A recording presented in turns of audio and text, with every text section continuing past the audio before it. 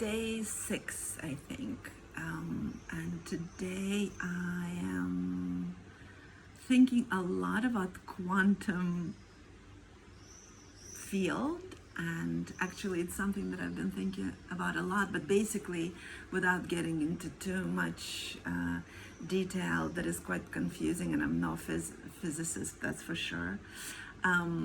It's basically about the energy, right? Everything is energy, and because I am so interested in relationships, I started realizing, through my conversations about my husband and what is happening in our relationship, I've been trying to remember a phrase one of my mentors once told me many years ago when I still didn't quite understand it, that the observer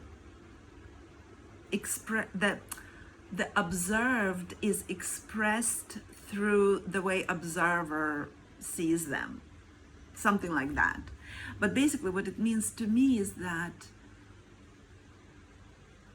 the way we see, say, people in our relationships, right? The way we see a person is we basically endow them with the qualities that we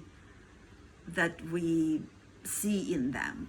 So, for example, as a mother, it's interesting for me to realize that when I give my children, as they're growing, when I give them freedom to find their own solutions, they actually see that, they step up. That's what I've seen with my children. When I transmitted to them that I trust them to find the solution on their own, that I trust them to step up to a challenge, they actually do. And then basically what I'm saying is that they become that which I expect from them. They become that which the quality, they somehow step up to the qualities that I expect from them. So, if I expect that they're smart and beautiful and resilient, they somehow step up to that. And so the other end of the spectrum is the tiger moms, or the helicopter mothering, right? Or the one where we're so worried and so controlling that we basically just neuter them. We strip them of that ability to think for themselves, because when we're so controlling, they don't really have the space to make mistakes and learn from them. And if they do make mistakes, then they are, punished or criticized or judged. And so over time, it becomes unsafe to explore and to make mistakes and learn from them. Over time, you just become smaller and smaller and smaller, and try fewer things and dare fewer things. And so this is, it's interesting for me, and I guess this whole quantum thing, I'm still trying to kind of wrap my mind around it. But if I get away from the fact that it's physics and it's so confusing, and just get into my observed reality in relationships, I see that a lot, not only with my children, but also with my husband now, because whatever, when I was unhappy, when I was angry, whatever I kind of thought of him negatively, it's almost like he was becoming that. And now that I've taken that parental, constantly looking for criticism or to criticize point of view away from our relationship, and have become his equal person, just like him, going through the inner child acting up and some trauma responses. And when I started acknowledging all that I love about him and all that I appreciate about our relationship, he's stepping up more and more into that as well. So, you know, that phrase that energy precedes us, I just think that it's really, really, the more I observe, the more I study this, the more I realize how truthful that actually is. Our energy precedes us. So even if it's beyond, and energy is beyond language, that's what I'm finding as well. Because we can be saying all the right things, but if the energy behind it is not truthful, if it's not in coherence with what we actually think about people, they know. So that is why in families, for example, where there are secrets and there are things that are unspoken, like was my case, even if parents pretend that everything is okay, children know. And then that's what becomes so difficult about cognitive dissonance, because you sort of feel one thing, but that reality is not acknowledged. So that just helps us completely disconnect from who we are and our estimation of reality and what's actually going on. Our knowing of truth is disrupted through that, through these unauthentic, untruthful communication, communication that is not truthful or authentic or vulnerable. And so, when we of course, to trust other people requires huge amount of work on our own, and to be a mother who lets her children play and explore and especially make choices out of mass consensus reality and that disrupt what is expected of people at that age, it takes a lot of self-confidence for me, because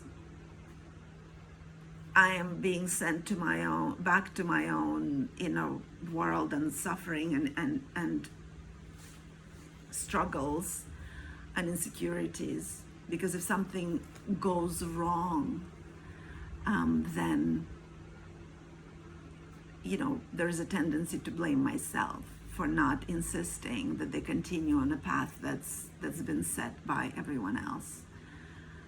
So yeah, I think what I'm trying to say today is that the energetics in relationships, truthful communication is just so important. And allowing people to be who they are, giving them space, and then dealing with the feelings that come up in me, like feelings of worry. For example, once again, to use my children, they're making these choices, they're going far away. If they cannot deal with their reality and I'm not there to sort of fix it for them, then I am facing very uncomfortable feelings. And my uncomfortable feelings have a lot to do with, am I a good mother? Should I have allowed this? And then also, it's ultimately that relationship with the universe that I've alluded to in some of my previous diary videos. Because ultimately it's, who am I to tell my children what to do when they're grown-ups? I'm just a steward, right? I'm just here to let them become who they are, to let them expand into who they are as much as possible. So whatever prevents me from giving them ultimate freedom, that's my own stuff. That's my own fears and insecurities about who I am and what I should be as a mother.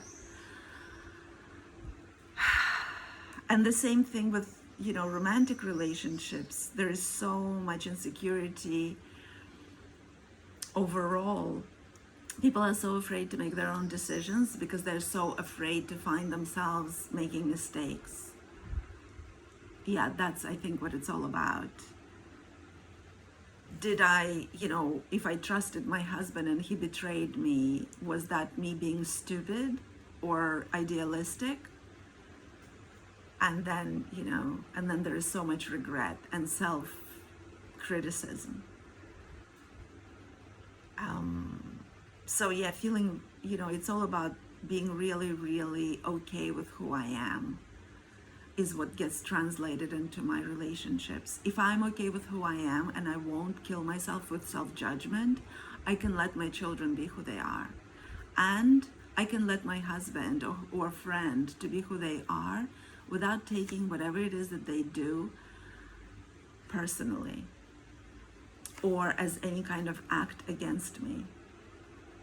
It just shifts everything so much when I free myself from other people's behavior, when I stop making it mean something about myself. Like if my children make mistakes, whether they learn from it or not, it doesn't mean that I'm a bad mother, It has nothing to do with me, actually. It means nothing. It just means that, they've tried and they've learned, or they didn't learn, but that's their path. And the same thing with my partner, right? My husband. Today we're happy again and just sort of finding our way back in that space. But tomorrow something else can happen. And am I going to blame myself for not leaving when I could sooner? That's kind of ridiculous, right? Because we never know. Every new day becomes a new experience, and every new day is something new in our lives. So how can I blame myself today for a decision that I made a while ago? I spent, half of my marriage regretting marrying my husband when I was 24. I met him when I was 22, and I thought I was such a stupid little girl.